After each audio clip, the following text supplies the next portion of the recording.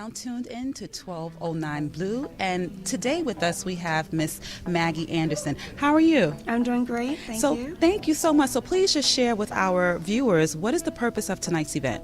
Tonight I'm really excited to be at NYU Stern's Business School, being hosted by the Hispanic and Black Business Student Association and NYU's Wagner School of Public Policy, the Black Student Alliance there. They've come together in honor of my new book, Our Black Year, which is basically based on our historic experiment, the empowerment experiment, where my family conducted our experiment where we completely lived off Black business and talent for an entire year. So tonight, the students are coming out to learn about our journey, explore why we did it, and talk about some solutions and really drive more economic empowerment in the Black community. Great. Now, I was doing a little bit more reading about your journey, and it was often referred to as an experiment, and I just cringed at that word. I prefer the word journey, so I appreciate you using that term. From what I read, your journey initially was quite difficult. Yes. Let us know how that was. Well, it was. We really thought that it was really just an issue of awareness. We assumed that there were Black-owned grocery stores, dry cleaners, drug stores, hardware stores, places where we can get stuff for our kids. It's just that we weren't doing enough to look for them. The sad truth was that those stores did not exist, and that while those stores did exist in our community, they were not owned by Black people, the people who lived there. So that was really made the journey hard for us, number one. And number two, it really made us want to turn our stand, if you will, into a movement, because we need to bring those stores back because we used to have them, and we need to take our communities back. That our communities are overrun by business owners who don't invest in the community, don't hire from the community, and treat us with disdain and disrespect. We need to change that. So the empowerment experiment that started off as one family just trying to do their best to give back to their community really became a movement about bringing those business owners back into the community and finding and supporting the quality businesses we already have. Great. So tonight's lecture, what will be your message for tonight? Well, I really want to explain this, especially to the young folks. I mean, people in our generation, they get it, especially in our generation and older, because they remember when we used to have all of that stuff in our community. Right. These kids, they don't remember those times when we had grocery stores and a lot of the businesses in our community were locally owned. So I want to kind of remind them of that time. I want to remind them of that spirit of activism and unity that we used to have. I want to tell them about Tulsa, the Black Wall Streets. I want to tell them how what Rosa Parks did and what we did in Montgomery was an economic exercise. That was an economic boycott. I want to talk to them about that and explain to them that that's where the empowerment experiment comes from. It comes from civil rights, it comes from activism, and really just get them to think about where our money goes. A lot of these kids are so focused, especially these business students. They're our cream of the crop. They're going to go out there and make six figures.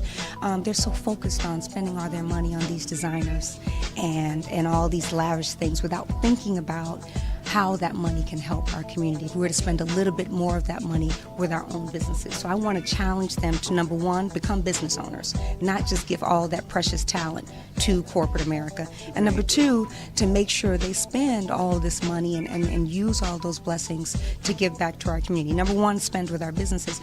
Number two, become business owners. And number three, really lead this movement to get more folks to focus on our economic empowerment again. That sounds great. So straight from Miss Maggie Anderson to 1209 Blue, we encourage you to support the Black community. Thank you so much for joining us this evening. Thank you, 1209. I love you so much. We love you back.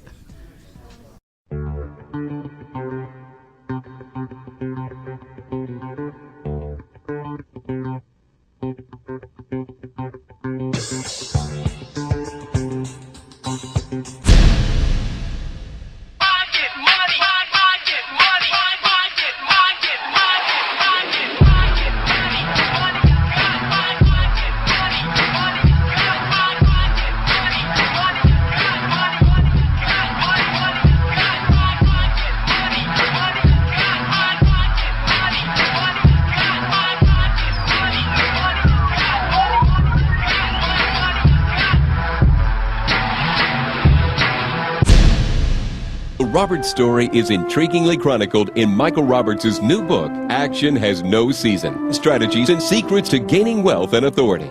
Michael and Stephen Roberts have built an empire and created a legacy that will stand for generations to come. Hi, this is Maggie Anderson, author of Our Black Year, and you're watching 1209 Blue.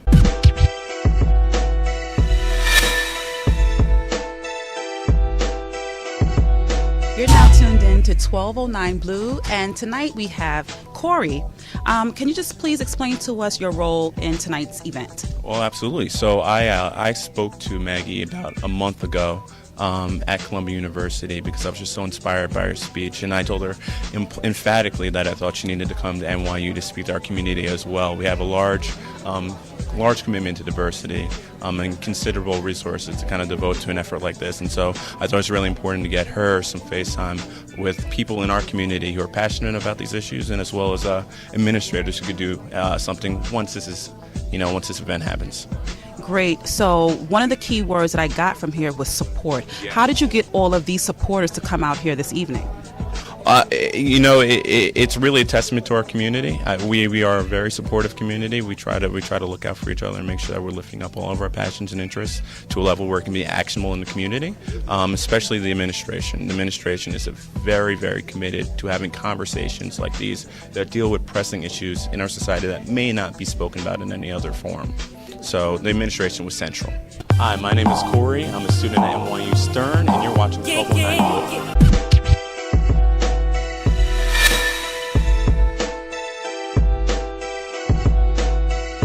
I'm Val Charles-Pierre, Director of Technical Services of Eminent One Solutions. I'm out here supporting Maggie Anderson, and you're watching 1209 Blue.